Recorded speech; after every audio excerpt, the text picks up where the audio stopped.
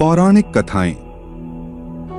भगवान विष्णु के सपने की पौराणिक कहानी है ये युगों पुरानी। आप सभी प्रिय दर्शकों का हमारे YouTube चैनल विष्णु लोक में हार्दिक अभिनंदन है। आपका बहुत बहुत धन्यवाद। एक बार भगवान नारायण वैकुंठ लोक में सोए हुए थे। उन्होंने स्वप्न में देखा कि करोड़ों चंद्रमाओं की कांति वाले त्रिशूल डमरूधारी स्वर्णाभरण भूषित सुरेंद्र वंदित सिद्धि सेवित त्रिलोचन भगवान शिव प्रेम और आनंदातिरेक से उन्मत्त होकर उनके सामने नृत्य कर रहे हैं। उन्हें देखकर भगवान विष्णु हर्ष से गदगद हो उठे और अचानक उठकर बैठ गए। कुछ देर तक ध्यानस्थ बैठे रहे। उन्हें इस प्रकार बैठे देखकर श्री लक्ष्मी जी पूछने लगी, भगवान आपके इस प्रकार अचानक निद्रा से उठकर बैठने का क्या कारण है? भगवान ने कुछ देर तक उनके इस प्रश्न का कोई उत्तर नहीं दिया और आनंद में निमग्न हुए चुपचाप बैठे रहे। कुछ देर बाद हर्षित होते हुए बोले, देवी मैंने अभी स्वप्न में भगवान श्री महेश्वर का दर्शन किया है। उनकी छवि ऐसी अपूर्व आनंदमय एवं मनोहर थी कि देखते ही बनती थी। मालूम होता है शंकर ने मुझे स्मरण किया है। हो भाग्य, चलो कैलाश में चलकर हम लोग महादेव के दर्शन करें। ऐसा विचार कर दोनों कैलाश की ओर चल।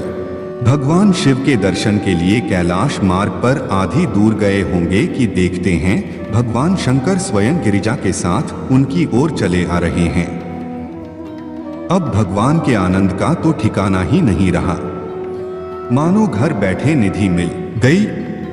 पास आते ही दोनों परस्पर बड़े प्रेम से मिले। ऐसा लगा मानो प्रेम और आनंद का समुद्र उमड़ पड़ा। एक दूसरे को देखकर दोनों के नेत्रों से आनंदाश्रु बहने लगे और शरीर पुलकायमान हो गया। दोनों ही एक दूसरे से लिपटे हुए कुछ देर मुकवत खड़े रहे। प्रश्नोत्तर होने पर मालूम हुआ कि शंकर जी को भी रात्रि में इसी प्रकार का स्वप्न हुआ कि मानो विष्णु भगवान को वे उसी रूप में देख रहे हैं जिस रूप में अब उनके सामने खड़े थे। दोनों के स्वप्न के वृत्तांत से अवगत होने के बाद दोनों एक दूसरे को अपने निवास ले जाने का आग्रह करने लगे। नारायण ने कहा कि वैकुंठ चलो और भोलेनाथ कहने लगे कि कैलाश की ओर प्रस्थान किया जाए। दोनों के आग्रह में इतना अलौकिक प्रेम था कि यह निर्णय करना कठिन हो गया कि कहां चला जाए।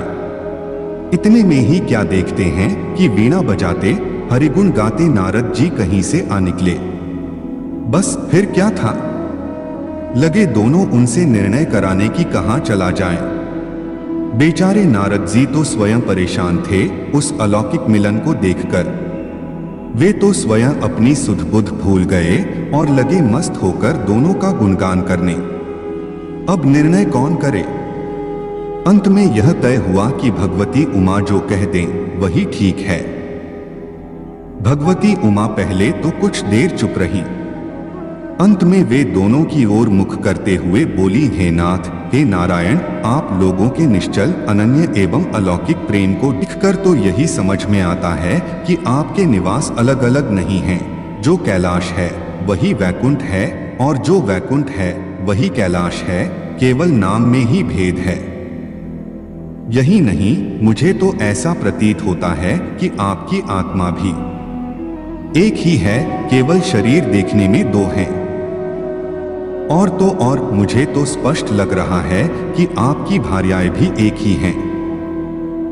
जो मैं हूं वही लक्ष्मी है और जो लक्ष्मी है वही मैं हूं। केवल इतना ही नहीं, मेरी तो अब यह दृढ़ धारणा हो गई है कि आप लोगों में से एक के प्रति जो द्वेष करता है वह मानो दूसरे के प्रति ही करता है।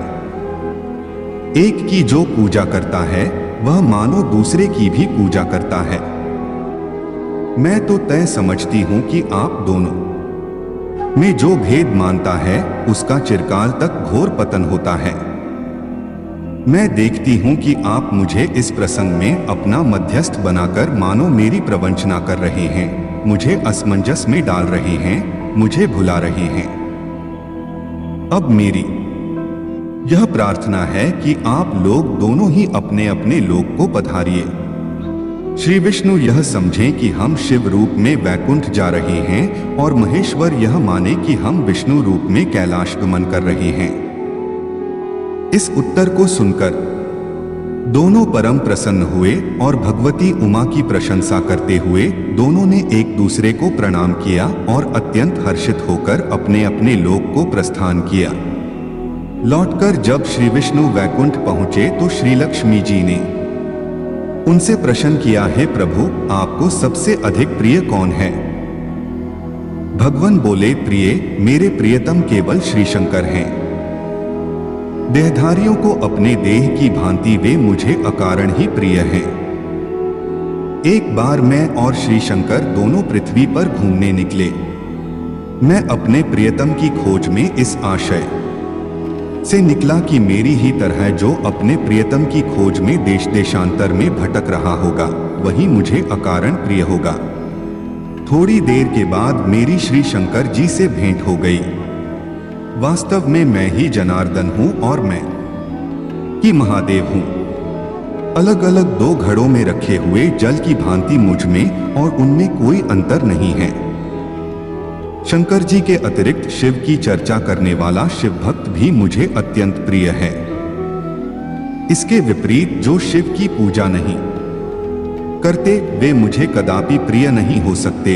इस तरह जो शिव की पूजा करता है वह वैकुंठवासी विष्णु को भी स्वीकार है और जो श्री विष्णु की वंदना करता है वह त्रिपुरारी को भी मना लेता है।